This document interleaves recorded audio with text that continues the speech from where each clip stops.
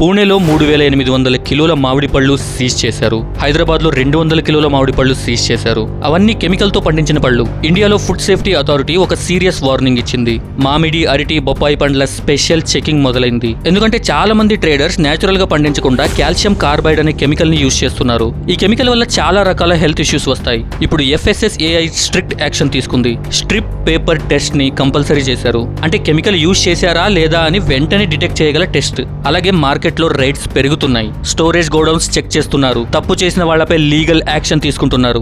సాధారణంగా fruits natural గా పండటానికి ఈథైలిన్ gas అవసరం ఉంటుంది. కానీ ట్రేడర్స్ షార్ట్ కట్ కోసం కార్బైడ్ వాడుతున్నారు. ఈ కార్బైడ్ వల్ల రిలీజ్ అయ్యేది అసెటిలిన్ గ్యాస్. అది మన బాడీకి హార్మ్ఫుల్. మరి మనం ఎలా గుర్తించాలి అంటే, నేచురల్ గా పండితే కొంచెం పచ్చ, కొంచెం పసుపు కలర్ మిక్స్ గా ఉంటుంది. కెమికల్ తో పండితే కలర్ బ్రైట్ గా అండ్ పండు మొత్తం ఒకే రంగులో యూనిఫామ్ గా ఉంటుంది. నేచురల్ గా పండితే తీపి వాసన ఉంటుంది. అదే కెమికల్ తో పండితే వింత కెమికల్ వాసన వస్తుంది. కొన్నిసార్లు అయితే వాసనే రాదు. పండు తొక్కపైన మచ్చలు, డ్యామేజ్, ప్యాచెస్ ఉంటే కొంచెం జాగ్రత్త. కొనేటప్పుడు రంగు, వాసన, టెక్స్చర్ చూసి కొనండి.